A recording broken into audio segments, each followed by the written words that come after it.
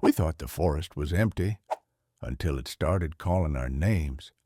It started halfway through the trail, just a normal weekend hike. Me, Tyler, Jess, and Logan. We were joking, talking loud, echoing off the pines. Then we heard it. My name, spoken from deep in the trees. Except it wasn't spoken. It sounded stretched, like old cassette tape pulled too tight. Tyler laughed at first, until we heard his name next. Then Jess, then Logan.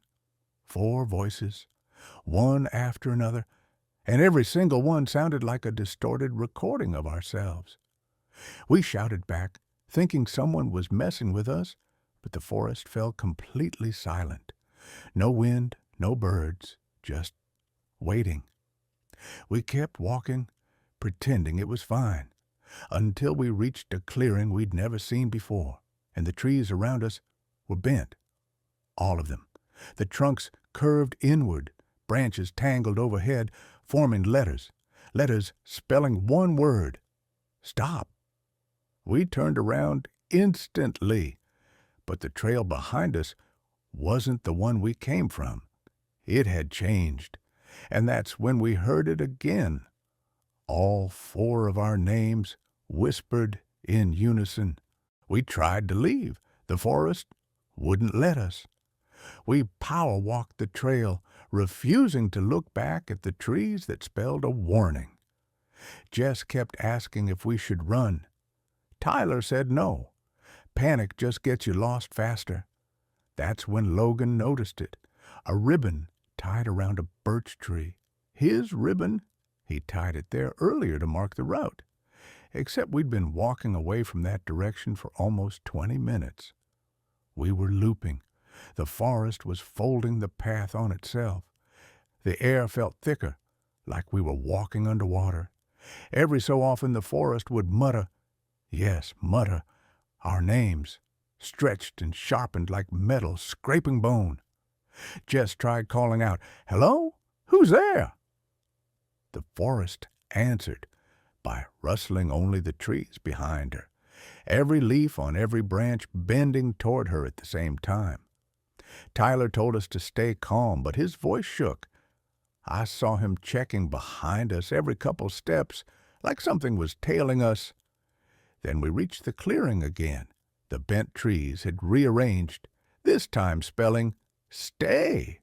And then a 5th name spelled itself into the dirt at our feet. A name none of us recognized. The forest spelled a stranger's name. And then someone started screaming. The name etched in the soil was Marin. None of us knew a Marin, but when Logan whispered it out loud, the forest answered.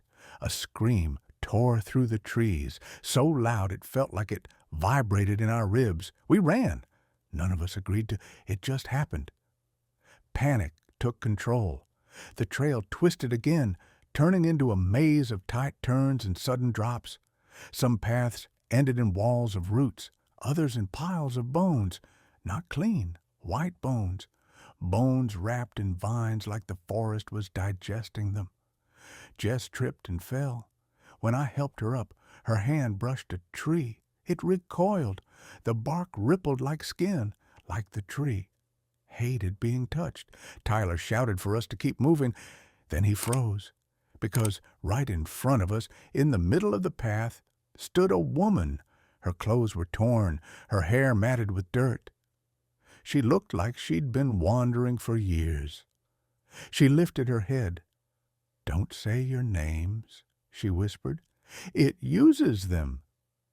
We asked who she was. Her lips trembled. "I'm Marin. And if it's calling you, it's already chosen who doesn't leave." Marin told us the truth. The forest wasn't hunting us. It was choosing. Marin explained everything in frantic whispers as we walked. The forest was ancient, older than whatever name humans gave this land. It wasn't alive like an animal. It was alive like a god. It learned your voice, your shape, your memories, and once it knew your name, it could call you deeper. until you never came out. She said she survived by refusing to speak a single word for weeks. But the forest was getting impatient, and now it had 4 new names to play with.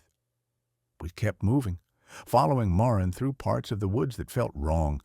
The ground pulsed like it had a heartbeat. Trees leaned in, eager, listening. Then the forest said Tyler's name, but this time it wasn't distorted. It sounded exactly like him. Tyler stopped walking. Morin screamed at him not to answer, but Tyler whispered back, "What do you want?"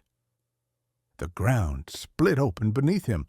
Roots shot up like claws, wrapping around his legs, dragging him down as he screamed. We grabbed his arms. But the forest was stronger. The earth swallowed him whole. Silence fell. Then the trees bent again, slowly, deliberately, spelling one final word for us: run. We didn't look back, not once. We burst out of the woods at dawn, collapsing onto the road at the trailhead. Behind us, the forest stood perfectly still, listening, and sometimes at night, I still hear my name being called, not distorted anymore. Perfect, patient, because the forest remembers, and it doesn't like letting go. If you like this, follow the trail to the next one, subscribe, and like for more.